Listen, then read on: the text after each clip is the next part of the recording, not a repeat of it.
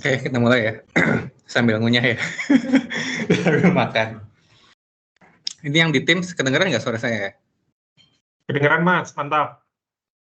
Oke. Aman. Di Teams ada 3.000 orang. Oh. Wow, ramai banget. 10.000 Mas. Ada 10.000 ya? Oh iya, luar biasa. Ada 10.000 orang, tambah Andy. Ada buzzer. Udah, kita mulai aja ya, biar lebih cepat. Barangkali bisa mau makan lagi. Oke, selamat siang semuanya, teman-teman semua.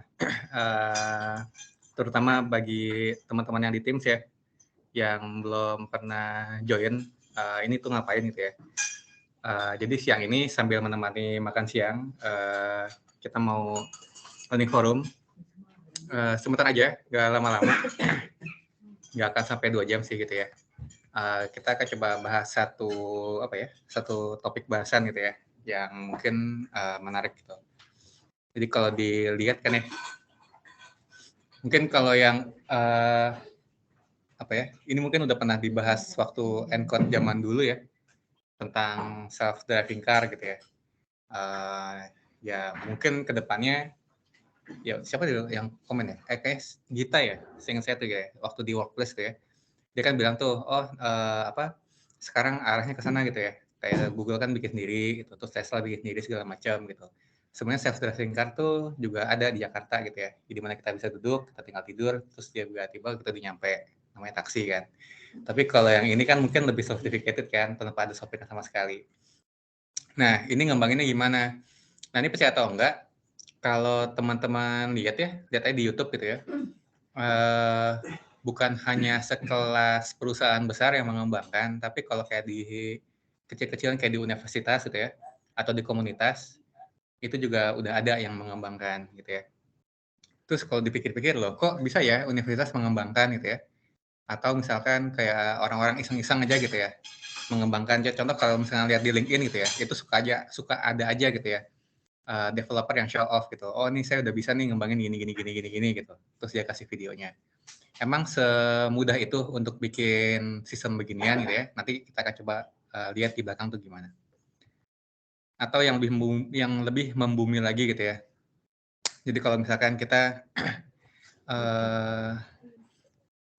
biasa lah ya, pengen mengartikan gitu ya, entah itu artikel atau apa gitu, atau ya kita pengen disuruh bikin karangan dengan menggunakan bahasa apa, atau kita lagi jalan-jalan kemana, kita nggak ngerti bahasa daerahnya, kita nggak ngerti bahasa tujuannya, ya kita tinggal buka Google Translate ya, selama ada kuotanya. Kalau nggak ada kuotanya sama aja bohong gitu ya. Nah, pernah berpikir nggak gimana caranya dia itu bikin sistem translasi yang lumayan oke gitu ya. Mungkin di awal-awal, saya ingat sih dulu pertama kali pakai Google Translate tuh kayak masih jelek gitu ya, masih nggak gitu bagus gitu. Sekarang sih udah lumayan. Jadi sekarang aja tuh kalau hasil Google Translate dicek di Grammarly gitu ya, itu sih udah minor ya gitu. Ada sih beberapa yang bisa di-concise itu ya, dipendekin itu. Tapi sih kemarin untuk bantu bikin jurnal ya, itu sih udah lumayan oke sih gitu ya. Nah, mungkin ada yang penasaran juga gimana caranya gitu ya, nanti kita akan bahas di belakang gitu ya. Atau ini nih, yang lagi ngetren sekarang gitu ya, ChatGPT, Bard, dan teman-temannya gitu. Nah, ya ini dibangun menggunakan basis yang sama gitu. Jadi baik itu image, baik itu video, suara. Kan kalau kayak si Google Translate kan nggak cuma ini ya, tidak cuma kita inputnya tuh bukan cuma berupa teks kan. Kadang-kadang kalau kita lagi nggak malas nulis, kita tinggal ngomong aja kan. Kita ngomong, tiba-tiba dia bisa ngerti omongan kita apa, lalu ditranslate, bisa di sound juga kan, dikeluarinnya dalam bentuk suara juga gitu. Nah itu tuh satu runtutan itu tuh sama tuh basisnya sama dengan caranya kita membangun ChatGPT atau Bard dan seterusnya gitu ya. Nah topik bahasannya itu namanya adalah deep learning gitu ya. Nah nanti kita akan coba bahas nih deep learning itu apa, lalu kira-kira nanti ke depannya gimana gitu ya. terus sama kira-kira di Nutrifod ada yang bisa diaplikasikan atau enggak. Nah, ini buat info juga buat teman-teman yang baru join gitu ya di Teams itu. Jadi tuh di Nutrifod tuh ada learning forum tim data science tuh. Sebenarnya tuh mostly tuh banyakan tuh tim market research sih. Sama ada beberapa di plan gitu ya. Nah, tapi sekarang sama DT gitu. Sekarang ya feel free aja kalau mau join di tema tahun, kok 2022 ya? 2023, sorry ya. Siwar. Jadi di tema tahun 2023, kita udah bahas tentang machine learning secara keseluruhan gitu. Di Q1 kemarin kita udah bahas reinforced learning ya. Jadi kalau teman-teman ingat kemarin kita udah bahas apa aja ya? Artificial B ya, terus spiral untuk optimisasi gitu ya. Di Q2 kemarin kita bahas unsupervised ke clustering analysis. Nah, saat ini kita akan bahas deep learning dan nanti di Q4 kita akan bahas tentang LLM. Nah, nanti ada hubungannya nih antara deep learning sama si LLM gitu ya. Nah, kalau kita lihat ininya ya, secara hierarki gitu ya. Jadi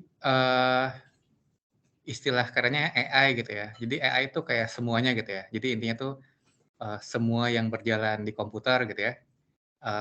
Yang bisa perform test normally require pokoknya ininya tuh ya kecerdasan buatan lah ya, semuanya itu gitu ya.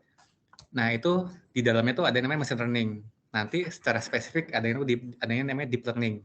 Jadi kalau secara hierarki itu machine learning di atasnya ya, lebih luas cakupannya. Deep learning itu lebih spesifik gitu. Sesuai dengan tulisan yang di sini sih. Jadi kalau pengen tahu definisi singkatnya, deep learning itu apa? Yaitu adalah machine learning yang menggunakan prinsip ANN atau artificial neural network gitu ya. Jadi kalau machine learning itu macam-macam kan, bisa statistik, bisa macam-macam gitu ya. Kalau deep learning khusus gitu, cuma ANN aja gitu. Jadi tidak ada deep learning misalkan yang menggunakan logistic regression itu nggak ada gitu ya. Atau machine learning menggunakan support vector machine atau ada boost, nah itu nggak ada gitu ya. Deep learning khusus hanya menggunakan neural network aja gitu. Terus penasaran nggak kenapa namanya deep gitu ya? Deep itu apa ya? Dalam gitu ya. Apa lagi artinya? Dalam dong ya.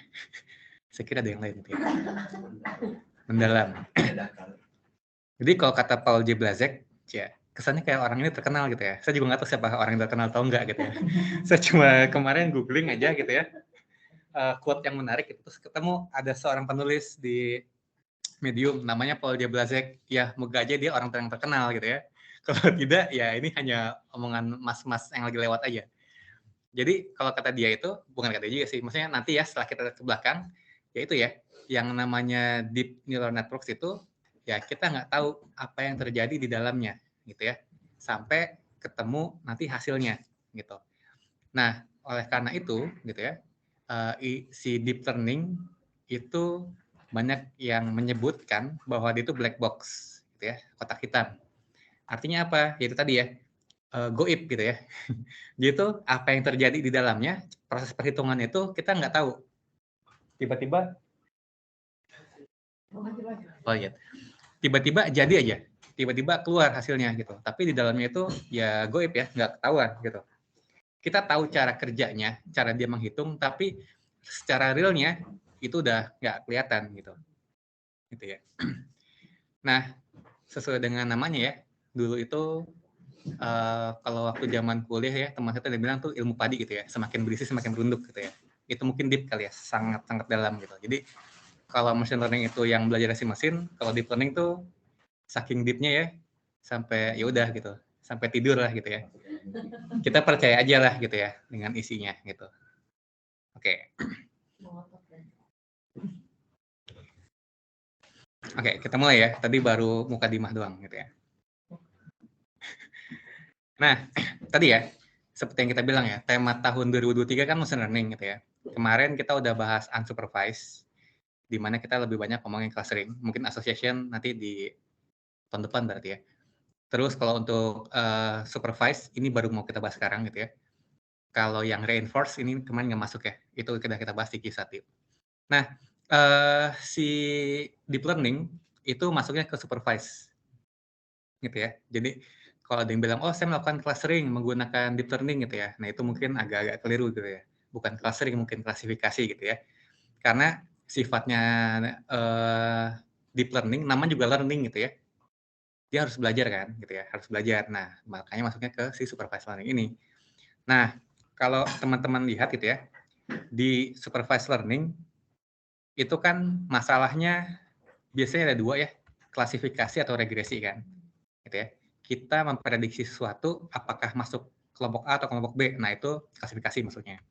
Atau kita pengen melihat prediksi ke angka yang prediksi ke variable output yang berupa angka gitu ya. Berarti itu masuk ke regresi gitu ya. Jadi kalau klasifikasi itu mengelompokkan, kalau regresi itu nebak angka lah ibaratnya gitu ya. Nah, kalau di supervised learning, ini nih yang sebelah kiri ini nih ininya ya, nama-nama apa sih? Nama-nama analisanya lah ibaratnya gitu ya. Ada binary logistik. Nah, itu tuh ini basicnya statistik gitu ya. Itu tuh yang udah sering dipakai di mana-mana lah ibaratnya gitu ya. Nah, dia tuh hanya bisa digunakan untuk menyelesaikan masalah klasifikasi gitu ya. Decision tree juga, XGBoost juga, naive Bayes juga. Naive Bayes tuh dia pakai peluang bersyarat. Jadi jika ini dan ini, maka ini berapa peluangnya gitu ya. Nah, beda sama random forest. Kalau random forest bisa dua-duanya nih. Dia bisa klasifikasi juga, bisa regresi juga gitu ya. Linear model itu ya regresi linear biasa gitu ya. Nah, itu kalau regresi linear udah pasti jelas, dia cuma regresi aja. Ada juga nih SVM, support vector machine. Nah, dia juga bisa dua nih, kayak random forest. Bisa klasifikasi, bisa regresi gitu ya. Nah, memang masing-masing punya plus minus gitu ya. Masing-masing punya plus minus. Ada satu lagi sebenarnya ya, kalau kita ngomongin supervised learning ya, itu apa? Time series ya, gitu. Time series. Nah, biasanya kalau time series di sini ya kita cuma bisa ngomong di linear model aja, gitu. Nah, biasanya di masing-masing data scientist gitu ya, mereka tuh punya jurus andalan lah gitu ya. Jadi kalau jadi seorang data scientist tuh nggak harus jago semua jurusnya ini gitu ya. Ya cukup 2-3 jurus aja gitu ya. Yang penting sekali pukul mati gitu ya. Jadi kita nggak harus tuh tahu SVM tuh tidak harus tahu semuanya ini gitu ya. Harus bisa XGBoost, bisa SVM, bisa random forest, itu nggak harus gitu ya. Cukup pilih aja 2 atau 3 model yang handy gitu ya, bukan handy, yang handy gitu ya, yang kita bisa manfaatkan dan kita bisa andalkan gitu. Nah, biasanya itu orang-orang tuh ini pasti benar gitu ya, kalau ngomongin random forest sama SVM. Kenapa? Ya itu tadi, dia bisa klasifikasi, dia bisa regresi juga gitu. Makanya jadi kayak belajar 1 bisa dapat 2 gitu ya. Sama si SVM juga, belajar 1 bisa dapat 2 gitu ya. Kalau SVM di Nutrifood kepake nggak? Kemarin di proyeknya Ica kepake ya, buat memprediksi apakah suatu produk itu saat pengembangan itu bakal telat atau on time. Gitu. Nah, kalau buat saya pribadi, si ANN itu salah satu jurus andalan lah ibaratnya, kalau kepepet gitu ya. Dan biasanya kepepet terus gitu ya. Makanya si ANN itu sering dipakai lah ibaratnya ya, kalau ngerjain beberapa kasus terkait si klasifikasi atau regresi gitu ya. Yang mana ANN? ANN belum masuk sini Mbak, ini bahasan itunya, si deep learning-nya gitu ya. Buat suhu itu berarti. Nah, sebenarnya nggak gitu juga. Nanti kita lihat gitu ya, seberapa sophisticated-nya gitu ya, si ANN itu. Nah, tadi ya yang saya bilang ya, jadi deep learning itu masuknya ke supervised learning gitu. Nah, tadi ya, artinya apa? Artinya satu, dia butuh training data gitu ya. Kalau unsupervised kan ya kita nggak perlu butuh training data kan, dari data yang ada bisa langsung keluar hasilnya. Tapi kalau deep learning itu butuh training data gitu ya. Lalu dia bisa digunakan untuk apa aja tadi ya? Tadi itu, dia bisa klasifikasi, dia bisa regresi, dan dia juga bisa time series gitu. Jadi kelebihannya tuh dia bisa time series. Nanti ada, jadi tuh si deep learning itu ada banyak jenisnya gitu ya. Nanti untuk time series ada namanya recursive gitu ya. Recursive neural network gitu. Nah, lalu ada satu kelebihannya juga gitu ya. Jadi si deep learning itu dia bisa menyelesaikan masalah optimisasi gitu. Jadi kalau kemarin masih ingat tuh materi yang reinforcement learning ya, yang si spiral sama si artificial bee gitu ya. Nah, itu bisa diselesaikan juga menggunakan si neural network atau si deep learning ini gitu. Sejujurnya saya belum pernah nyoba sih gitu, tapi beberapa teman di kampus yang nyoba di tesisnya tuh ya dia bisa gitu. Kalau saya pribadi mungkin nggak akan tertarik untuk mendalaminya ya gitu ya, karena masih lebih enak pakai si reinforce yang kemarin gitu. Reinforce ini kan masih lebih apa ya? Masih lebih bisa dipahami lah ya gitu ya. Jadi mungkin lebih enakan pakai si reinforce itu dibandingkan si deep learning itu sendiri. Nah, kalau kita balik tadi ya ke masalah definisi gitu. Tadi kan kayak saya sering nyebut gitu ya, ganti-ganti ya. Kadang saya nyebutnya deep learning, kadang saya nyebutnya tuh neural network gitu ya, atau ANN. Nah, jadi tuh maksudnya apa sih gitu ya? Jadi seperti yang saya bilang tadi ya, deep learning itu keluarganya machine learning, tapi basicnya atau basisnya itu perhitungan itu menggunakan neural network gitu ya. Gitu. Jadi istilah definisi simpelnya deep learning adalah machine learning yang menggunakan prinsip atau metode perhitungan neural network gitu ya. Terus neural network itu apa? Sesuai dengan namanya ya. Neural itu apa ya? Saraf ya. Network itu jaringan. Itu ya jaringan saraf gitu ya. Ya atau kalau panjangnya artificial neural network itu jaringan saraf tiruan gitu ya. Ya itu tuh jadi salah satu prinsip di machine learning yang apa ya? Kita tuh meminjam inilah ya, meminjam apa ya? Meminjam prinsip lah bagaimana caranya kerja itu saraf di otak manusia gitu ya. Kan kesannya ini ya, apa? Sophisticated ya, mewah banget gitu. Jadi kalau saya boleh bilang gitu ya, deep learning itu tuh sekarang itu jadi basis gitu ya untuk pengembangan ini nih AI di mana-mana tuh basisnya tuh deep learning dan deep learning itu basis itu ANN gitu. Jadi kunci kalau kita pengen belajar deep learning ya kita harus tahu dulu ANN itu kerjanya gimana gitu ya. Jadi ini cuma masalah istilah aja nih yang saya bilang tadi ini nih. Deep learning basisnya adalah ANN dan deep learning itu digunakan untuk membuat AI yang sekarang ini kita pakai gitu ya. Jadi ini nih kuncinya gitu ya. Kita harus tahu nih cara kerjanya dia tuh gimana gitu ya. Oke, lanjut. Nah, seperti yang tadi saya bilang ya, terinspirasinya ya dari jaringan saraf gitu ya. Kalau jaringan saraf kan itu ya kayak bentuknya kayak gini lah ya. Mungkin teman-teman di biologi lebih paham gitu ya. Ada neuron, terus ada apa tuh garis-garis itu? Akson kali ya. Jadi satu saraf kan berhubungan dengan saraf yang lain kan, ada jaringannya kan. Nah, sebenarnya itu sesimpel itu sih, gitu. Nanti analoginya seperti itu. Jadi ada pusat sarafnya sama ada jaringannya, gitu. Nah, beberapa algoritma gitu ya, yang ada di dunia komputasi, memang tuh tadi yang saya bilang ya, yang mungkin pas saat reinforcement pernah dijelasin ya. Banyak yang terinspirasi oleh kejadian alam kan. Nih salah satunya ini tadi neural network gitu. Ya kayak si artificial bee kan juga gitu ya. Atau kalau di itu tuh ada yang namanya tuh genetic algorithm gitu ya. Nah itu juga bisa tuh menggunakan persilangan genetis lah ibaratnya gitu. Nah sekarang saya coba balik ke sini deh. Cara kerja otak kita gitu ya. Jadi kalau kita ngeliatnya di depan gitu ya, ada foto yang atas sama ada foto yang bawah ini nih. Ini kan apel ya, ini pear kan, gitu. Cara kerja otak kita gimana? Untuk mengklasifikasikan gitu ya, untuk bilang, oh ini apel, ini pear. Cara otak kita gimana? Saat ngeliat kayak gini. Warna merah, warna bentuk. Oke, berarti itu kan ya di kita tuh kita klasifikasi dulu kan, bukan langsung apa? Kita tambahin fitur-fiturnya, referensinya kan. Oh, dari warna nih, yang satu merah, satu hijau, gitu ya. Terus dari bentuk, yang satu bulat, yang satu agak lonjong, gitu ya. Atau misalkan barangkali kalau ada yang udah pernah makan, itu langsung udah ngeliat, oh rasa gitu ya, oh yang ini lebih manis, yang ini lebih asam dan lain sebagainya gitu ya. Baru nanti dari situ kita bisa membagi lah ya, oh ini pear, oh ini apel gitu. Nah, proses yang tadi kita bilang itu gitu ya, itu sebenarnya tuh proses yang di machine learning gitu.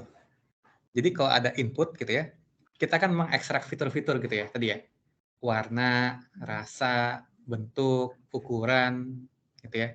terus dan lain sebagainya. Nah, itu tuh fitur namanya. Nah, sebenarnya tuh itu tuh adalah cara kerjanya si machine learning gitu. Jadi kalau machine learning itu, kalau kita punya tadi ya, misalkan ini foto mobil gitu ya, kita harus ekstrak dulu tuh fitur-fiturnya atau kolom-kolomnya dulu tuh didefinisiin warna, rasa segala macam. Nah, sementara kalau deep learning itu nggak harus ada fitur-fiturnya gitu. Maksudnya gimana kalau nggak ada fiturnya? Jadi kalau tadi inputannya adalah ini ya, gambar gitu ya, input gambar atau inputnya visual seperti ini, dia langsung ngolah gitu ya, langsung diolah saat itu juga gitu. Jadi kelebihannya nanti seperti itu, kita nggak harus mengekstrak fiturnya, kita nggak harus bilang oh ini merah, ini hijau, ini bulat, ini lonjong, nggak harus, langsung masukin dia langsung bisa ngebagi, pokoknya itulah gitu. Makanya ini nanti kelebihannya macam-macam nih si machine learning ini, si deep learning ini dibanding yang ini, gitu ya. Karena ini langsung segambreng-gambreng aja langsung masuk gitu ya ke model gitu. Kalau ini enggak, kita harus definisikan dulu kan, gitu. Nah, bentuknya gimana?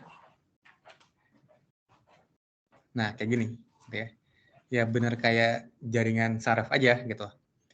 Jadi yang di sini bulat-bulat ini namanya tuh ya neuron lah ya, neuron gitu ya, atau nodes, node gitu ya. Node itu apa? Titik ya? Itulah ya. Neurons atau node gitu ya. Ini nodes ya, ini nodes gitu ya. Ini ada jaringannya semuanya ke sana gitu ya. Ini ada input, berarti ini masuk data dari sini gitu ya. Ini ada output di sini nih, gitu ya. Dan tengah-tengahnya tuh kita sebut tuh hidden layer, gitu ya.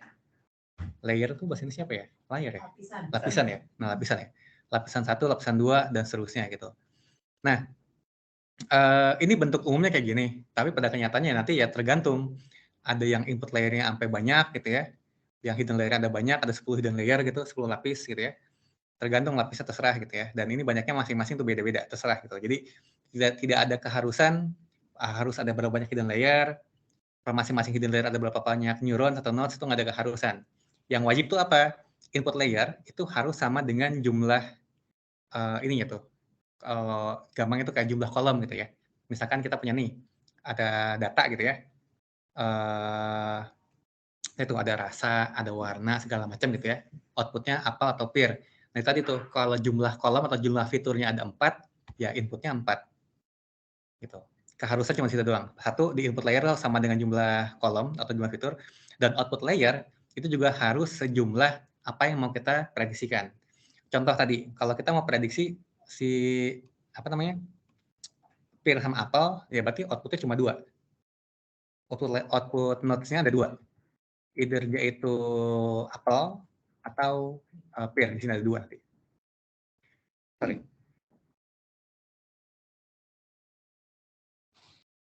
Yang ini. Atau pear, gitu ya. Nah, untuk kasus yang regresi, output layernya berapa berarti? 1 ya. Karena kan dia hanya memprediksi 1 angka kan, gitu ya. Tapi kalau untuk klasifikasi, ya tergantung. Kalau kita mau prediksi, asal mengklasifikasikan apel atau pear, ya 2 gitu ya. Kalau misalkan apel, pear sama durian, ya berarti 3 gitu. Jadi tergantung nih, gitu. Jadi yang wajib cuma di input sama di output ya. Di tengah-tengahnya nanti bebas gitu ya. Oke, lanjut.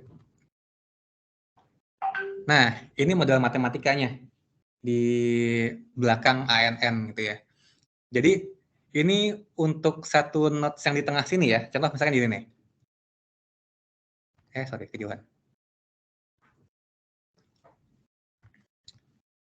Nah, ini kan setiap nodes ini yang di tengah-tengah sini gitu ya. Dia akan menerima input dari semua nodes yang di belakangnya. Gitu ya. Jadi misalkan ini nodes ada 3 nih. Berarti si nodes yang ini dia akan menerima input dari tiga-tiganya, ini juga dari tiga-tiganya. Nanti pas yang di hijau, dia akan menerima input dari semua nodes yang di sebelumnya yang biru gitu ya. Gitu. Nah, untuk masing-masing nodes apa sih yang terjadi gitu ya? Nah, yang tadi itu ini nih, persamaan matematiknya gitu ya. Jadi setiap nodes itu nilainya antara 0 dan 1. Nggak boleh lebih dari situ. Nah, antara 0 dan 1 gitu ya. Misalkan ini hasilnya 0, ini 0,5 sampai seterusnya gitu ya, sampai N gitu. Nanti masing-masing itu akan punya yang namanya itu bobot gitu ya. Dikasih bobot. Habis dikasih bobot, dijumlahin, ditambahin bias B. Tuh. Kira-kira ada yang ini nggak? Ada yang mulai ngeh nggak? Itu rumus apa? Ada X, X1, X2, X seterusnya, berikutnya masing-masing dikaliin bobotnya, terus ditambahin B. Regresi. Jadi basisnya ini tuh regresi yang berjalan rekursif segambreng-gambreng ini, gitu ya. Gitu. Basisnya meregresi aja, gitu ya. Itu untuk satu nodes itu. Kan udah nih dijumlahin kan, jumlahin, tambahin bias gitu kan ya. Ini kan antara 0 sampai 1, 0 sampai 1, 0 sampai 1 gitu kan ya. Nah, ada kemungkinan dong pasti jumlahin hasilnya pasti lebih dari 1, ya kan? Nah, oleh karena itu ada yang namanya activation function. Activation function itu apa? Mengubah nilai yang gambreng ini balik lagi ke 0 sampai 1. Gitu. Jadi dia harus sampai ke situ tuh, 0 1 doang gitu. Nah, activation function ini itu ada banyak banget jenisnya gitu ya. Berapa banyak? Banyak gitu. Saking banyaknya, tiap kali kita googling pasti dia akan memunculkan referensi yang beda-beda. Gitu.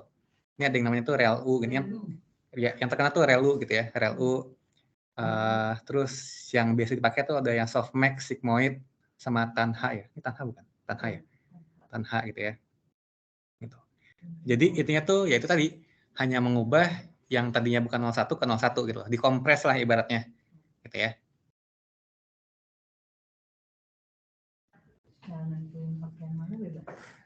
Oh, ya sabar. Sabar. Nanti selama. Nanti cara nentunya mau pakai yang mana gitu ya. Nanti kita ini deh, kita apa? Nanti saya coba jelasin gitu ya. Nah, sekarang gimana cara kerjanya gitu ya. Nah, misalnya kayak gini nih, tadi ya. Kita punya peer sama apel gitu kan ya. Nah, jadi yang wajib tuh ya tadi nih, berarti outputnya ada dua nih, harus ada dua kan. Either dia peer atau apel gitu ya. Nanti yang di tengah-tengah ini bebas nih, mau berapa layernya gitu ya, mau berapa nodes-nya gitu ya, terserah. Gitu. Nah, saya coba ganti ke sini dulu ya, biar bisa coret-coret ya. Sharing atau ya.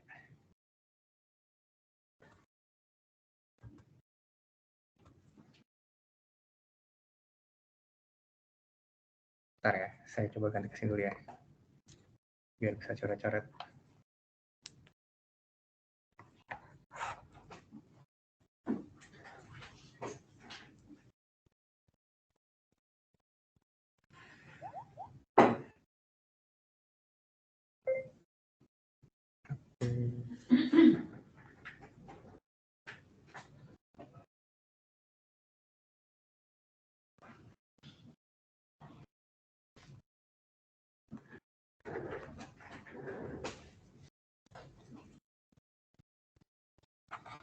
Nih, ada nih.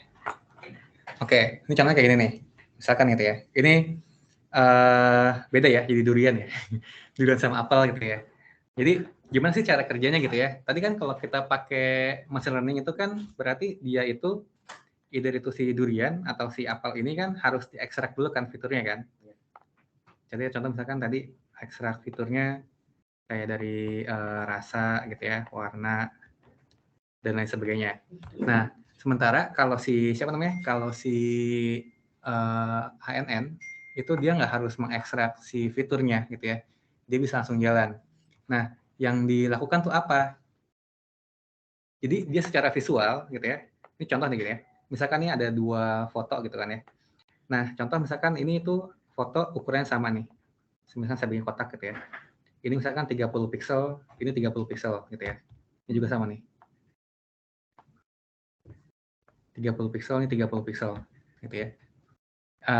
Wajib sama gitu ya kalau kita pengen bandingin gitu ya. Nah, nanti dari sini kan kalau namanya pixel itu kan bisa dibagi ke kotak-kotak kecil gini gitu ya. 30 gitu kan ya. Gitu ya. Nah, ini sadar atau enggak, ini 30 ini nih atau 30 kali 30 gitu ya. Itu tuh bisa bisa diekstrak jadi matriks itu, jadi data. Gitu.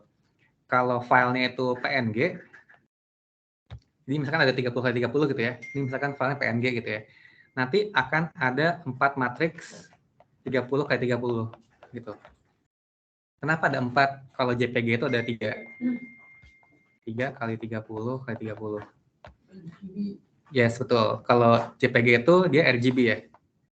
Jadi ini ada matrix red, ada matrix green, ada matrix blue gitu ya. Kalau PNG apa? CNYK gitu ya. Kok CNYK sih? Chinese New Year teman. CMYK. Yes. Cyan, magenta, ya ini apa? Yellow ya. K-nya? Kuning. Lupa. Lupa. Bukan ya, bukan saya. Jadi PR ya. Jadi main googling. Jadi PR. Gitu. Nah, gitu ya tadi ya.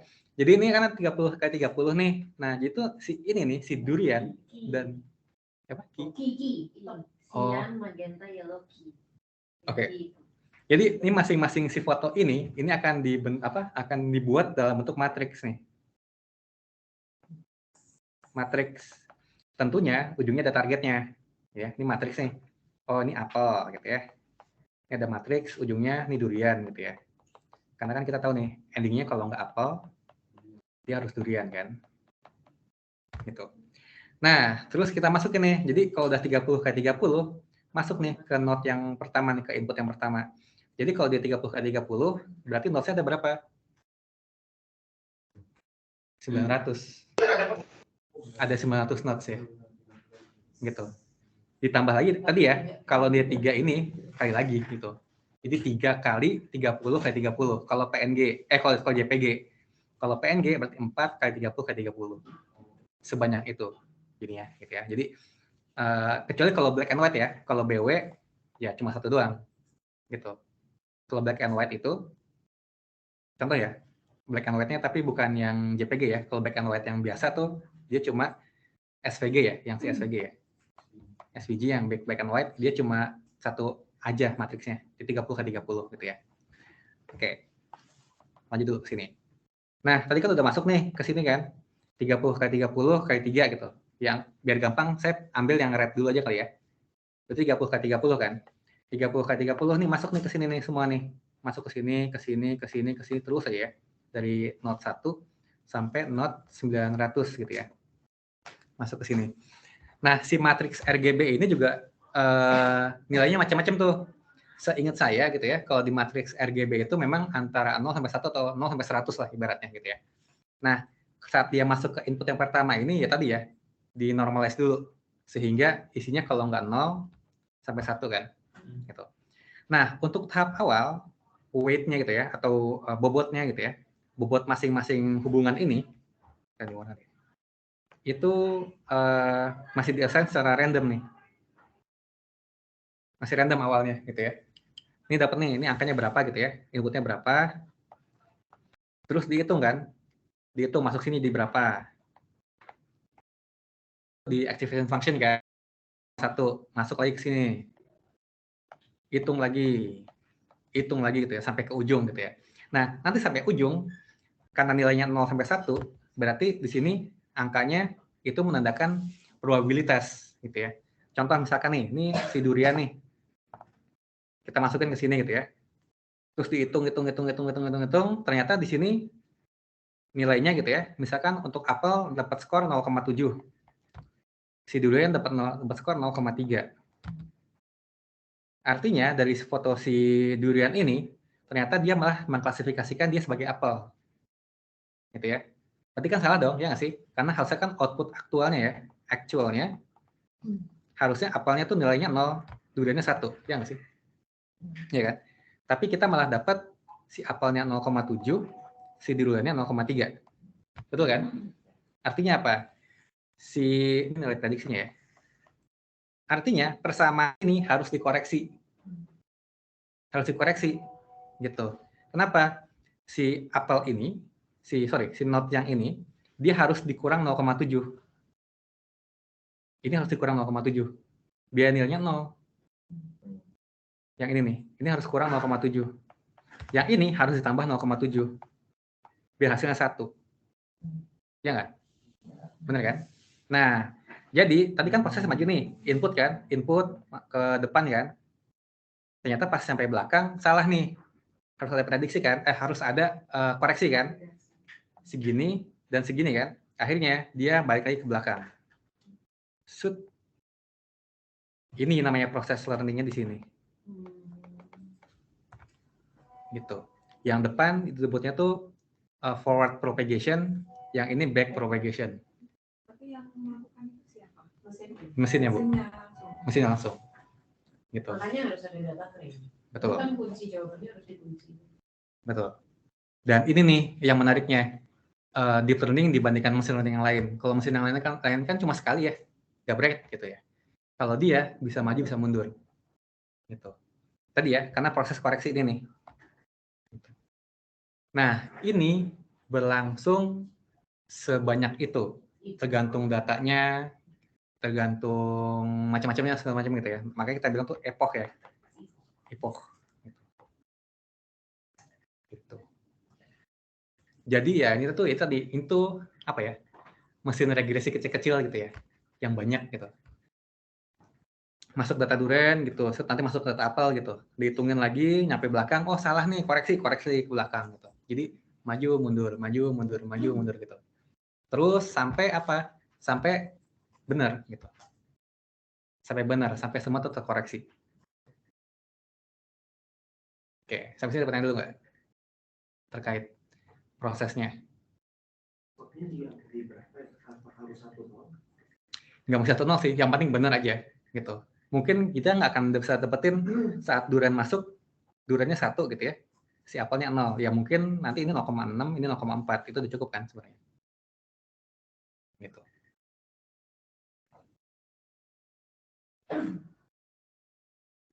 Dan nentuin thresholdnya itu kita dari itunya sendiri berarti. Oh, nanti dijelasin belakang.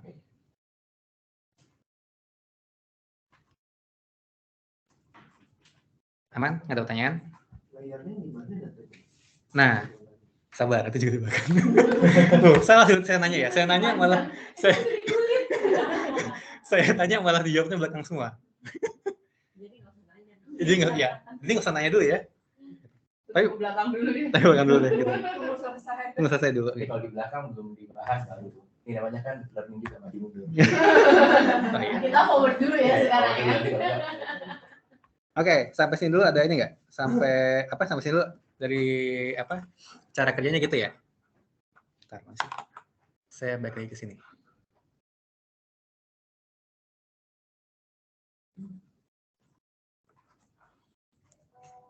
Share dulu.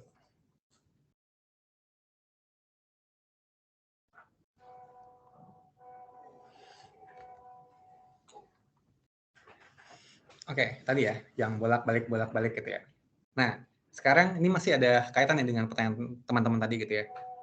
Jadi kayak tadi kenapa itu disukai gitu ya, atau kelebihannya itu apa? Tadi yang saya bilang ya, jadi kita nggak harus pakai feature extraction gitu ya.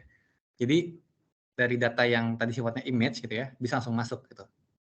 Jadi kita nggak perlu ekstrak fitur-fiturnya. Sama kayak tadi data teks segala macam gitu ya, atau teks, video segala macam itu bisa langsung masuk gitu ya, tanpa harus melakukan feature extraction. Makanya di sini kelebihan tuh gitu ya, nggak perlu feature extraction gitu. Terus nggak perlu data prep, karena data prep-nya itu hanya memastikan inputnya tuh antara 0 sampai 1. Gitu sih. Terus modelnya tuh bisa continuous learning. Maksudnya apa? Tadi ya, jadi bisa kita kasih dia tuh belajar terus-terusan. Ya. Kalau kita kan suruh belajar kan capek, males gitu ya. Nah ini bisa nih, misalkan kita train dia hari ini 1 jam gitu ya. Terus besok kita train lagi 1 jam, atau misalkan hari ini 5 jam, atau besoknya 5 jam, itu bisa gitu. Jadi modelnya itu bisa dipakai terus-menerus. Kalau di tempat lain itu nggak bisa. Modelnya cuma sekali jalan doang tuh. Gitu ya. Kalau kayak regresi kan cuma sekali jalan doang gitu ya. Kalau datanya nambah ya kita harus train ulang dengan data yang udah tambahan gitu ya. Nggak bisa cuma ditempel doang. Kalau ini bisa ditempel. Misalkan hari ini cuma ada 500 data nih. Besok nambah 200. Ya bisa tuh. Sekarang kita train 500, besok kita train lagi 200 tambahin. Itu bisa memungkinkan. Makanya saya bilang itu continuous learning gitu ya. Makanya di sini ada yang bilang nih, makin banyak datanya dia makin bagus gitu ya. Kalau machine learning itu dia akan mentok segitu-segitu aja. Gitu. Makanya kalau misalkan teman-teman ikutan kompetisi di Kaggle gitu ya, datanya ada 5 juta gitu ya, 5 juta baris. Itu mau bikin model 1 juta, mau bikin model biasa ya, machine learning ya, dari barisannya 1 juta atau barisnya 2 juta, itu biasanya nggak beda jauh sih. Sama gitu. Makanya itu kalau datanya banyak ya, proporsi 70-30, 80-20 gitu ya. Nah itu kan bisa lebih loose ya, gitu. Bisa lebih bebas gitu. Ya karena itu tadi, mentok gitu. Tapi kalau di planning itu enggak. Makin banyak makin bagus. Dan ini berfungsi, atau bukan berfungsi sih ya, maksudnya itu akan sangat efektif untuk data dengan fitur yang super banyak gitu ya. Contoh tadi, data DNA misalkan gitu ya. Nah ini pakai ini gitu ya. Atau di LLM gitu ya, yang teksnya panjang itu pakai ini gitu. Atau data foto gitu ya. Kan kalau foto kan tergantung tadi ya pixelnya kan. Kalau 30-30 udah 900 itu. Kalau yang HD berapa tuh berarti? Nah itu juga bisa pakai ini gitu ya. Itu sih. Jadi ya ini tuh gunanya di sini gitu. Nah, tapi kan pasti di setiap kelebihan ada kelemahan kan? Nggak mungkin dong nggak ada kelemahannya gitu ya. Nah, kelemahannya apa? Nih, tadi pertanyaan Rocky gitu ya. Banyaknya node sama banyaknya layer itu nggak ada panduan. Nggak ada panduan sama sekali. Jadi misalkan kamu mau bikin ada 10 hidden layer. Masing-masing hidden layer itu mau bikin nodes-nya 100, 200, 300 itu nggak ada panduan. Mesti coba-coba. Trial dan error sih. Gitu ya. Terus pertanyaan yang lain tadi, activation function-nya pilihnya gimana? Nggak ada panduan juga. Gitu. Berdasarkan feeling aja. Tapi ini serius loh, nanti saat biasa pakai ya, nanti akan ada feelingnya. Ada feelingnya. Contoh kayak ReLU ya. ReLU itu, kalau dipakai, dia cepet banget konvergennya. Tapi kemauannya cuma 2, konvergen ke bagus, konvergen ke nggak bagus. Gitu. Jadi kalau saya itu lagi nggak pengen dia cepet-cepet gitu ya, pakai yang lain, pakai namanya sigmoid gitu ya. Kalau sigmoid kan sesuai dengan namanya ya, sig ya. Sigmoid itu kayak kan sigma gitu ya, muter-muter gitu ya. Jadi nanti saat dia belajar tuh dia muter-muter tuh, oh ini bagus nih. Kalau ReLU mah nggak langsung berat gitu ya, langsung naik atau langsung turun. Kalau sigmoid dia masih muter-muter gitu. Nanti saya kasih contoh di belakang gitu ya. Oh ya, dan biasanya tuh banyak node sama banyak hidden layer tuh hoki-hokian ya. Biasanya kita punya angka-angka hoki nih. Terus saya kasih unjuk dari belakang angka hokian itu berapa gitu ya. Yang dibagi 2 itu bukan sih Mas? Biasanya kalau hidden layer seperberapanya nodes gitu-gitu. Nah, betul. Ada beberapa tuh yang ada apa ya? Beberapa orang itu punya semacam apa ya? Rumus cantik ya. Ya, rumus cantik lah gitu. Rule of thumb. Kalau dulu saya sempat mengikuti aturan seperti itu, Go. Misalkan tadi ya 30 kali 30 awal kan 900 itu ya. Nah, biasanya tuh saya pas layer keduanya saya pakai setengahnya. Misalkan tadi ya 90 kali 90 misalkan misalkan anggaplah inputnya ada 2000 gitu ya. Layer berikutnya saya 1000. Berikutnya saya 500. Berikutnya 250. Berikutnya lagi 100, terus 50, 25, 12, endingnya di 2. Kalau dulu gitu tuh, saya bikin funnelnya turun begini. Gitu. Beberapa teman saya funnelnya kebalik gini. Makin lama makin gede. Beberapa lagi dibikin standar. Sama semua terus endingnya 2 gitu ya. Tapi itu tadi, semuanya ujung-ujungnya tuh ya itu tadi. Mesti coba-coba gitu. Dulu saya gitu tuh awalnya bikin funnelnya turun begini kan gitu. Ntar saya kasih unjuk deh. Angka cantik saya berapa gitu ya. Soalnya kalau pakai itu saya lumayan lah hasilnya gitu ya. Hoki ya. Hoki gitu. Terus Bisa pasang tuh di token. nah, itu tuh ya, banyaknya juga nggak ada ngaruh tuh. Maksudnya mau dibikin banyak gitu ya, mau bikin 10 atau mau bikin 3 atau bikin 2 itu nggak ada efeknya sih. Dalam arti bukan nggak ada efeknya, maksudnya tidak ada jaminan yang layarnya paling banyak itu dia yang paling bagus gitu lah. Tapi secara hitung-hitungan kita bisa pastikan semakin banyak layer pasti semakin lama kan waktunya kan. Nah makanya di sini nih komputasinya itu besar dan lama. Tapi tergantung kasus juga ya, kalau data kita cuma dikit ya Pak, nggak akan selama itu gitu. Tapi kalau data kita banyak ya udah pasti dia lama sih gitu. Tapi ada ini juga nih, ada kelebihannya gitu ya. Si neural network ini walaupun butuh komputasi yang besar gitu ya, kadang-kadang misalkan butuh superkomputer atau apa gitu ya. Nah, komputer kita tuh tidak harus yang superkomputer untuk runningnya. Kita bisa numpang running di Google Colab. Dan itu gratis kan, gitu. Dan itu hasilnya lumayan gitu maksudnya. Nah, sama ini nih, karena ini tuh nggak jelas, ini nggak jelas gitu ya. Ini nggak ada kepastian juga nih hasil trainingnya konvergen atau enggak ke menuju hal yang bagus ya, ke accuracy yang tinggi atau enggak gitu. Jadi tadi tuh, kalau misalkan saya set nih trainingnya 100 kali ya, 100 kali epoch gitu ya. Saat epoch ke-20 atau ke-30 udah kelihatan nih hasilnya jelek gitu ya, langsung stop aja. Tuh, ganti tuh parameter-parameternya gitu ya. Entah itu nodes-nya diganti, activation-nya diganti segala macam, nah itu baru. Terus sama tadi ya, black box solution. Kita nggak pernah tahu tuh. Tadi misalkan ada data nih, ada 100 kolom gitu ya. Terus ada yang nanya, ini dari 100 kolom ini mana yang paling efek nih? Kolom keberapa yang paling efek? Nah itu nggak bisa dijawab pakai si neural network gitu ya. Kalau pakai logistic regression tuh bisa, tapi kalau si neural network nggak bisa. Kecuali kita unbox ya, pakai explainable AI atau pakai DALL-E misalkan, kalau di R atau di Python ya, nah itu baru bisa. Terus nih data trainingnya harus banyak gitu ya. Nah ini juga ternyata nggak harus banyak juga gitu. Ada yang pernah nyadar nggak di MR kita pernah pakai kasus ini nih, data training kita dikit, tapi ternyata bisa dibikin banyak. Ada yang ingat nggak? Ada yang nyadar nggak? Yang kita riset kan ya. Waktu kita ini projectnya Claire sama si Fahmi dulu ya, yang foto itu. Betul, gitu.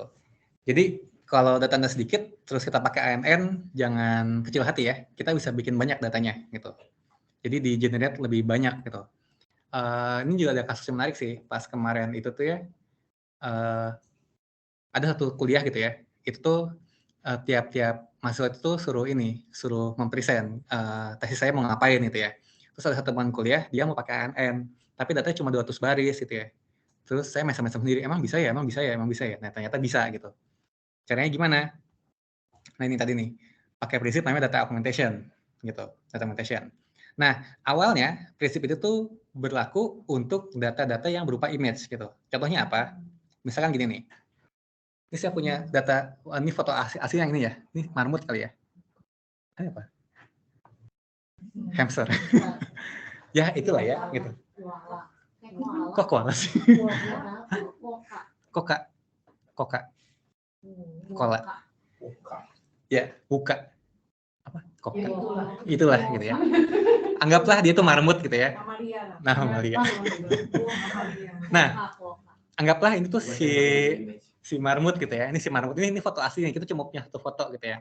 Nah, prinsip data augmentation adalah melakukan transformasi atau merubah apa? Merubah bentuk si foto itu gitu. Jadi contoh ya, misalkan kita punya foto marmut kayak gini nih. Jadi si marmut itu mau diputar, dibalik, dibikin hitam putih, dibikin blur segala macam, dia tetap marmut. Dia tidak berubah menjadi durian kan, gitu ya. Dia tidak berubah jadi macan gitu ya. Dia tetap marmut gitu. Jadi prinsipnya data augmentation itu loh. Nah, ini kan di awalnya itu kan dikenal untuk data foto gitu ya. Contoh misalkan kita kan nggak mungkin tuh punya foto, misalkan foto siapa gitu ya, dengan banyak angle atau banyak jenisnya kan. Jadi bisa dipakai dari ini nih, dari satu foto aja, di-generate tuh. Kalau mukanya miring gimana, kalau mukanya mencong gimana, segala macam gitu ya. Makanya kan dibikin noise gini kan ya. Gitu. Nah awalnya kan diperkenalkan untuk data berupa image kan. Dan ternyata ini juga bisa dipakai untuk data yang sifatnya itu bukan image gitu. Jadi kalau datanya itu data tabel biasa gitu ya, bukan data foto, nah itu juga bisa di augmentation gitu. Nah ini kemarin nanti saya kasih unjuk gitu ya, contohnya tuh kayak gimana gitu. Karena kemarin pada saat bikin kompetisi di ITB gitu ya, ada satu tim yang nilainya itu 90, sementara akurasinya ya, sementara tim yang lain itu paling mentok di 80 gitu. Nah terus pas ditanya kenapa kamu bisa 90? Nah kan data yang saya kasih kan terbatas tuh cuma 600 baris kan. Nah dia pakai augmentation, dia bilang. Augmentation. Jadi di 600 itu tuh dibikin banyak di ribuan, terus itu kayak dikasih noise datanya. Nah iya, jadi kasih noise tuh. Jadi contoh gini, misalkan gimana ya? Oh gini deh, misalkan gini, kita cuma punya data BMI di ruangan ini aja gitu ya. Nah, terus cara di augmentasi itu apa? Misalkan Rocky nih, Rocky kalau beratnya dibikin 1 kilo nambah, BMI-nya terus nggak akan banyak berubah jauh kan? Nah kayak gitu tuh. Jadi dikasih noise di beberapa variabelnya, tapi tidak akan mengubah hasil akhirnya gitu.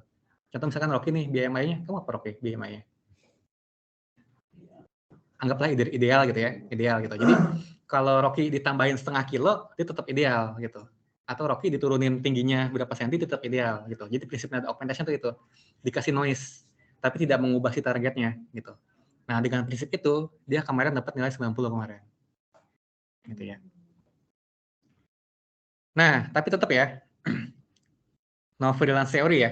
walaupun tadi saya kayak jalan banget gitu ya, ANN bagus gini, tadi tetap aja no freelance theory gitu ya. Ya itu tadi, tidak ada satu model yang memang berjalan di semua situation gitu ya. Tetap aja tadi, apalagi si ANN ini, tadi kan ANN kan udah mana layernya terserah, nodes-nya terserah, activation time-nya terserah kan, jadi itu beneran mesti coba-coba gitu ya. Nah, kalau teman-teman pengen tahu gitu ya, atau pengen belajar lebih lanjut gitu ya, di R atau di Python gitu ya, itu ada beberapa cara untuk membangun si ANN atau si deep learning gitu ya. Kalau di Python tuh seingat saya ada namanya PyTorch gitu ya. Itu juga bisa gitu ya. Kalau di R itu ada paket namanya itu MXNet atau NNet gitu ya, neural network gitu. Nah, salah satu yang terkenal tuh pakainya si ini nih, si TensorFlow gitu ya. TensorFlow itu tuh punyanya si Google gitu ya. Ini ada di Google Colab sih. Jadi makanya tadi saya bilang kita nggak harus punya mesin yang mahal untuk bikin atau untuk melakukan si deep learning ini gitu ya. Pakai tablet juga bisa gitu ya, karena kan kita tinggal buka browser doang gitu ya. Jadi si TensorFlow ini tuh juga ini sih, ini bisa kita pakai online atau bisa kita install ke masing-masing laptopnya gitu ya. Tapi karena dia itu jalannya di Python, ya kita harus install dulu Python-nya gitu ya. Tapi di R dia juga jalan sih, jadi dia tuh jalan di R atau di Python, tapi basisnya dia Python gitu ya. Nah, di sini dia juga bukan ngasih tahu sih ya, kasih contoh lah ya. Ada yang tuh TensorFlow Playground gitu ya. Jadi kalau teman-teman pengen belajar lebih lanjut gitu ya, caranya gimana atau cara kerjanya gimana, itu bisa buka situsnya gitu ya atau googling. Namanya TensorFlow Playground. Nah, ini bentuknya kayak gini nih. Ada pernah lihat nggak? Iya, dulu mungkin anak-anak MR udah pernah ya. Nah, ini kayak gini nih. Jadi contoh ya, misalkan saya punya masalah kayak gini nih. Saya pengen, ini klasifikasi ya, memisahkan antara yang oranye sama yang biru gitu ya. Nah, ini fitur-fiturnya nih. Yang terserah lah ya, kita mau pilih mau berapa banyak fiturnya gitu ya, nanti tinggal dicoba-coba aja gitu ya. Terus mau berapa hidden layer, mau berapa neuron gitu ya. Nanti bisa kelihatan di sini nih, ini gimana. Terus nanti ini ya, ini learning rate itu seberapa, apa ya, jauh melangkah, seberapa cepat kita mau dia tuh belajar gitu ya, gitu. Ini tadi activation function-nya ya, bisa dipilih-pilih gitu ya. Ini kan ada, misalkan kita biarkan ini apa adanya gitu ya. Lalu kita klik run gitu ya. Nah, gitu ya. Tuh, epochnya cuma segini gitu ya, 100 epoch, nah dia langsung bisa nih. Epoch tuh langkah. 100 langkah tuh dia udah bisa memisahkan gitu ya. Gitu. Terus kalau misalkan iseng gitu ya, ini neuronnya saya kurangin gitu ya. Cuma 2 gitu ya. Bisa nggak gitu ya? Cobain. Nah, bisa, tapi masih ada yang loss gitu ya. Tuh. Nah, jadi epochnya jalan terus, tapi dia tetap nih, nggak akan bisa misahin nih. Tetap ada loss tuh berarti selisih ya. Ada selisih antara actual sama predicted-nya gitu. Kayak gini nih. Gitu ya. Misalkan nambahin neuronnya gitu ya. Tambahin layernya gitu ya. Tambahin lagi. Terus ganti ini jadi sigmoid misalkan gitu ya. Terus di run. Oh, nggak bisa berarti. Nggak bisa, nggak jalan gitu ya. Atau tambahin ininya. Oh, nggak bisa juga gitu ya. Gitu, jadi ini teman-teman bisa nyoba-nyoba sih. Ini mau digimanain gitu ya. Kayaknya ini kan simpel ya, 2 warna. Ya. Mungkin kalau terlalu banyak malah dia. Nah, nanti ada kasus yang menarik nih kalau yang kayak gini nih. Nah, ini kira-kira bisa nggak ya gitu ya. Ini coba deh. Ini standarnya gini ya. Coba ya, kalau digini. Wah, nggak bisa juga. Sebentar. Coba di... Kalau secara default, benar ya. Defaultnya saya lupa berapa tadi.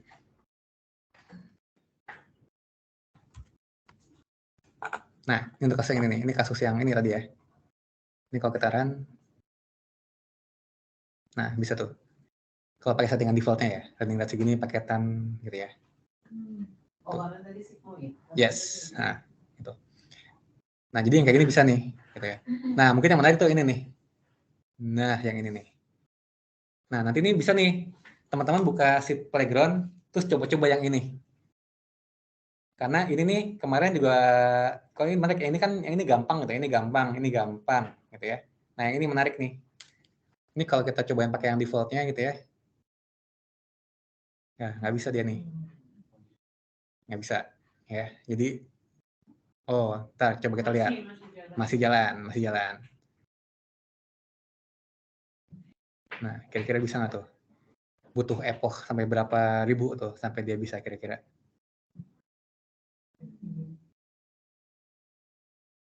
Karena dia dari awalnya ada pattern kan. Nah, Karena ada pattern nggak random lebih susah nanti. nah, kalau ini gimana nih? Nah, tadi ya, kita bisa nambahin layernya atau kita tambahin nih ininya nih, si inputannya gitu ya. Saya lupa sih kunci jawabannya apa gitu ya. Ini bisa coba-coba sih. Karena tiap orang pasti nanti beda-beda hasilnya gitu. Untuk yang mau Nah, kalau goyang-goyang tuh. kepala pulang. Iya, jadi kayak Jadi batik. Nah, ini udah mendingan ya. iya, tapi dia Udah mendingan kan? Heeh, Tuh, bisa ya. Ini ya. Ini biru kayak kepulauan. ya. Gitu ya. Nah, tadi yang saya bilang ya. Ini kalau kita terusin lagi nih, bisa jadi nanti jadi nggak konvergen, bisa jadi gitu ya. Karena tadi nggak ada ini ya, nggak ada kepastian kan. Jadi saat kita udah tahu nih, oh ini oke nih, kita stop trainingnya. Udah sampai situ aja belajarnya gitu. Jangan kejauhan, ntar keblinger gitu ya.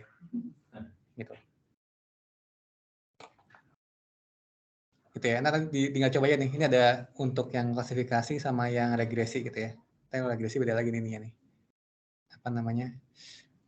Macam-macamannya gitu. Kita tinggal dicobain ini kalau linear rate-nya dirubah, ini dirubah, ini juga dirubah, macam-macam dirubah gitu ya. Ini lumayan sih buat ngebantu kita memahami gitu ya. Yang terjadi itu gimana. Gitu ya. Balik lagi ke sini. Jadi itu salah satu caranya untuk bikin pakai tensor. Kalau nyaman dengan tools yang lain juga silakan gitu ya, nggak masalah gitu. Tapi yang tensor ini kan misalnya kita mau inputting data kita, itu kayak di-upload. kalau di Google Colab iya di-upload. Tapi kan di-upload itu kan ke drive kita gitu. Jadi Tensor Flow Playground bisa untuk apa? Oh, enggak. Kalau Tensor Tensor Flow ini enggak. cuma untuk visualisasi Visualisasi aja, cara kerjanya aja. Tapi nggak bisa untuk benar-benar nggak bisa. Tensor Flow Playground-nya nggak bisa. Nggak bisa, tapi kalau Tensor Flow-nya bisa. algoritmnya Bisa. Tapi ya coding scripting. Coding, scripting gitu. Nah, ini saya kasih contoh ya. Jadi kalau si tensor tadi ya, baik aja kalau si playground ini benar buat playground aja, buat kita coba-coba visual aja gitu ya. Cara kerjanya. Betul. Tapi kalau si TensorFlow-nya sendiri ya itu bisa dipakai gitu ya. Kalau tadi nggak mau nginstal, oke pakai Google Colab aja. Ya berarti nanti datanya itu harus ada di Google Drive kita atau kita upload ke Google Colab. Gitu. Dia cuma mesin aja sih, buat mesin ngitung gitu ya. Tapi kalau mau di lokal juga bisa. Ya artinya ya kita harus install dulu tuh gitu ya. Install dulu TensorFlow-nya, install Python-nya baru install TensorFlow-nya. Jadi bisa dipakai di R atau bisa dipakai di Python. Nah, bentar. Mana nih? Ini tadi yang saya bilang ya, training proses gitu ya. Ini jalan nih. Sorry, nggak jalan ya. Nah, jadi apa ya? Ini videonya jalan nggak ya? Harusnya jalan sih. Oh, ini jalan. Nah, yang tadi ya. Jadi ini salah satu contoh sih. Jadi kemarin coba pakai data kompetisi gitu ya. Saya jalanin gitu untuk training proses. Nah, jadi yang namanya training proses di ANN itu sama kayak kita ngajarin ke anak-anak gitu ya, atau ke orang lah gitu. Jadi materinya yang kita ajarin itu ya, materi ajarnya itu mau sekalian banyak atau sedikit-sedikit. Itu kita yang ngatur tadi, pakai running rate tadi ya, gitu ya. Pakai batch size gitu namanya. Mau banyak nggak atau mau dikit-dikit gitu. Jadi contoh misalkan ada 1 juta data nih, mau langsung 1 juta gitu ya, atau mau nyicil kecil-kecil aja. Udah 50 halaman dulu, 50 halaman atau 100 halaman itu kita sendiri yang ngatur. Terus belajarnya mau lama atau sebentar? Tadi ya epochnya ya. Nah, epochnya itu kita yang ngatur nih. Contoh di sini dari berapa nih? 100 ke berapa? 1000 kali. Ini 1000 nih. Ini 1000 epoch gitu ya. Nah, ini kita sendiri yang ngatur nih. Mau berapa lama gitu ya. Terus mau self assessment atau enggak? Kan kadang-kadang kalau kita belajar kan kita self assessment kan. kita ngecek diri kita kan, jawaban coba ngecek kerjain soal gitu kan ya. Soalnya terus kita udah bisa ngajain soal. Nah, itu juga kayak gitu tuh. Terus kalau mau self assessment mau seberapa sering gitu. Jadi tuh analoginya tuh beneran mirip kayak kita mau belajar atau ngajarin seseorang gitu. Mau banyak atau mau dikit, mau berapa lama, dan mau self assessment atau enggak. Makanya di sini ada yang namanya tuh ada ini ya, akurasi sama file akurasi. Akurasi tuh akurasi si model terhadap data yang kita kasih. Kalau validasi akurasi itu adalah akurasi dari si data validation gitu, data testnya gitu. Jadi kalau si trainingnya si ini betul, kita udah pisah-pisah di sini nih, train testnya sekaligus gitu ya. Nah ini contoh nih, ini saya nggak pakai RLU nih. Kalau pakai RLU dia langsung naik ke atas, langsung datar gitu ya. Nah ini pakai sigmoid nih, jadi bentuknya bagus ya, goyang-goyang gitu, gitu ya. Nah, ini contoh nih ya. Contoh Contoh kasus gitu ya. Kemarin kan kalau mungkin lihat postingan di Workpost saya bikin kompetisi ya di ITB ya buat anak-anak mahasiswa gitu. Namanya Satria Data gitu. Jadi itu kemarin itu saya ngasih data lupa gitu ya. Cuma 600 baris terus suruh mereka bikin prediksi gitu ya. Nah, terus di-upload di Kaggle kan, terus lihat akurasi mereka berapa. Yang namanya juri kan atau yang namanya bikin soal kan saya nggak mesti bikin ini ya kan, bikin modelnya kan. Yang penting datanya real aja, data real. Saya pecah 2, yang 600 buat soal, yang sekian ratus buat jawabannya mereka, gitu kan. Nah itu seharusnya ya logika saya kalau data itu adalah data real, bukan data buatan, itu harusnya bisa dibikin modelnya. Dan benar, kemarin itu ada satu tim tadi yang nilainya 90 ya, 90. Sisanya 80, cuma berapa tim itu ya, sisanya 75. Gitu. Jadi ada gap tuh, ada gap 10% gitu ya akurasinya gitu ya. Nah, terus pas buat training ini gitu ya, yaudah cobain bikin modelnya kan. Ternyata kalau bikin model pakai machine learning itu mentok ya. Saya cuma punya akurasi di 60. Terus mikir, kenapa 60 ya? Nah, akhirnya yaudah cobain pakai si ANN gitu. Terus menggunakan magic number gitu ya. Ini magic number-nya nih. Tanggal lahir ya, 21 Desember 86. Endingnya 2 kan, karena yes no kan. Saya dapat nilai 74. Lihatnya yang private ya, jangan lihat yang public ya. Karena nilai final tuh yang ini nih. Gitu. Sekali percobaan loh. Gabret langsung dapat segini. Orang lain masih pakai data prep begini gitu, saya langsung dapat segitu. Beneran hoki-hokian aja gini ya, hoki-hokian aja gitu ya. Terus iseng gitu ya, ganti gitu ya. Oke, trial kedua gitu ya. Ini ada yang saya ganti sih, tapi yang saya ganti atasnya ya. Saya lupa yang ini nggak saya ganti sih. Dapat nih berapa nih? 70? 76 ya? 76. Lebih bagus dibanding yang tadi ya. Gitu. Terus yang ini yang trial terakhir, cobain kalau diganti ininya nih. Ganti nih sigmoidnya gitu ya, softmax segala macam nih diganti. Oh ternyata turun 75 gitu. Tapi setidaknya ya masih bagus kan gitu. Saya pernah kemarin pas malam itu saya cobain, saya dapat nilai 80 gitu. Tapi saya nggak nge-save ininya, angka-angkanya gitu ya, parameter-parameternya. Saya pernah dapat nilai 80, peringkat kedua langsung gitu ya. Hanya dengan begini aja, ya just trial and error aja gitu. Karena nggak ada ininya, nggak ada kepastiannya gitu. Ada satu cerita kocak sih, yang mungkin udah pernah lihat juga kali ya di blog saya ya, yang Shopee itu ya. Itu kocak sih yang Shopee itu. Jadi yang si Shopee itu ceritanya waktu ada Big Data Challenge ya, yang di Shopee itu ya. Itu kan suruh memprediksi dari data berupa image kan. Jadi antara image A sama image B itu tuh produknya sama atau enggak gitu. Nah, itu dari segi fitur extraction-nya sendiri tuh lumayan susah kan, karena bentuknya kan foto kan, bukan angka atau bukan apa kan gitu. Nah, terus dari situ kena kan tim gitu ya. Saya sama teman saya tuh udah bikinlah algoritmanya buat ekstrak fitur gitu ya. Nah, setelah itu pada saat kita mau bikin algoritma buat prediksinya, nah ini pisah 2 nih, sendiri-sendiri lah bikinnya lah. Kan satu tim itu kan dikasih waktu, dikasih kesempatan tuh buat submit 6 kali kan. Jadi kita bagi-bagi nih, lo 3, gue 3 gitu kan. Wah, teman saya tuh udah jungkir balik tuh pakai Adabus, XGBoost segala macam kan. Nah, waktu itu ini contoh kasus kayak gini nih. Ini kayak gini nih. Jadi kita dikasih 2 foto kayak gini nih. Ini sama atau enggak? Sebenarnya sama gitu. Tapi cuma dikasih fotonya doang ya. Ini dan ini gitu. Jadi data trennya adalah 2 foto dan keterangan sama atau enggak sama. Gitu. 2 foto sama atau nggak sama, 2 foto nggak sama gitu ya. Nah kemarin itu kita juga untuk ada berapa giga gitu fotonya, kita ada banyak gitu ya. Untuk mengekstraknya aja tuh jadi matriks itu butuh waktu yang lumayan lama sih. Nah karena kita cuma waktu 1 jam atau 2 jam gitu ya buat bikin modelnya, ya teman saya mungkin dia udah lebih nyaman kan dengan jurusnya sendiri gitu ya. Saya udah nyaman dengan jurusnya sendiri gitu. Ya udah itu tuh bikin itu ininya. Nah, ini fiturnya kayak gini nih, sama atau nggak sama gitu ya. Nanti kalau udah gitu, ini awal-awalnya ya. Nah, waktu itu saya bikin pakai ANN.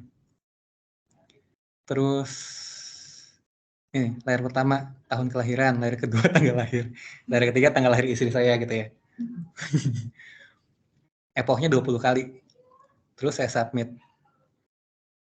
Nah, ini masih mending nih, dapatnya 66 gitu kan ya. Terus pas dia cobain lagi terus. Tahunya hasil saya dapatnya 73. Teman saya yang nyupir balik pakai XGBoost 72.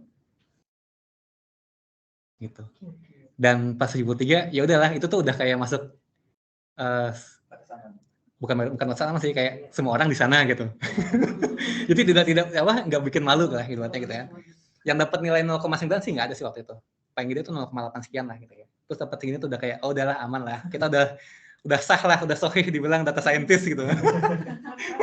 Nggak malu-maluin gitu. Itu sih. Jadi kayak itu. Kayak yang apa ya? Ya gitu lah gitu. Ini kemarin ya. Ini bisa digedein nggak sih? Jadi teman saya tuh pakai itu tuh. Dia pakai XGBoost atau apa gitu sini ya. Belum di sini. Itu di augmentasi. Nah, yang ini saya waktu itu belum kenal augmentasi, Mbak. Karena itu udah terlalu banyak datanya kan. Jadi udah kepikir tuh udah kalut aja tuh. Udah, pokoknya langsung bikin aja modelnya gitu. Banyak dikasihnya. Banyak. Jadi kayaknya tuh udah nggak mungkin lagi sih kita pakai augmentasi waktu itu. Cuma 2 tadi itu. Bukan. Ada banyak. Ada berapa ribu gitu. Gitu sih. Jadi ya saking randomnya tuh itu. Kalau si deep learning itu. Ya bener ya hoki-hokian aja. Gitu. Nah, biasanya itu ya tadi kalau semakin itu tadi sih semakin lama kita ini ya nanti suka ada sense aja nih kira-kira gedein atau kecilin gitu ya atau ganti jadi softmax atau jadi sigmoid gitu itu sih paling sih itu ya kalau dari saya ini udah selesai sih gitu sih. Pertanyaan tadi jawab nggak? Sampai belakang ya ini ya. Gitu ya. Jadi emang ini sih kalau mau nyobain bisa nyobain aja gitu. Tutorial di mana-mana sih. Di Google Colab juga kadang-kadang kalau kita cari help-nya juga ada sih dia. Gitu. Nah ini aplikasi Down Food-nya, Down Food buat apa? Masih belum kepikir karena kan kita kan jarang ya buat bikin prediksi klasifikasi kan gitu. Itu masih jarang. Toh kan pada kenyataannya kan misalkan kalau di kita itu lebih pengen tahu why-nya kan. Nah ini kalau pakai why-nya ya si ini nggak bisa buat cari tahu why-nya gitu. Ya yang paling deket itu tadi tuh buat find ya kelompoknya Irma ya. Nanti buat LLM gitu. Nanti di Q4 sih nanti ada levelnya terkait itu. Itu turunannya dari si ini sih.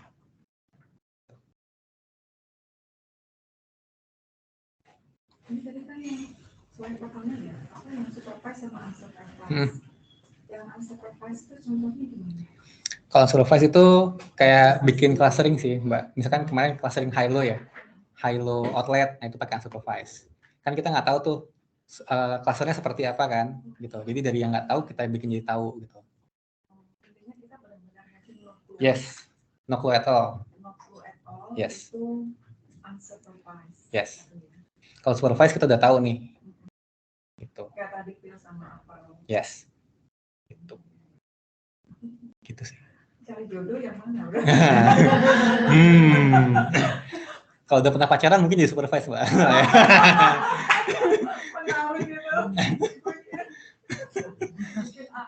gitu. Kalau belum tahu sama sekali mungkin itu. Unsupervised. Goib jadi goib.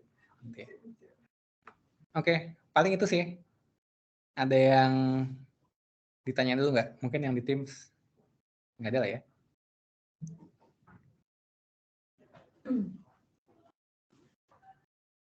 Oke, kalau nggak ada, saya cukupkan sampai sekian ya.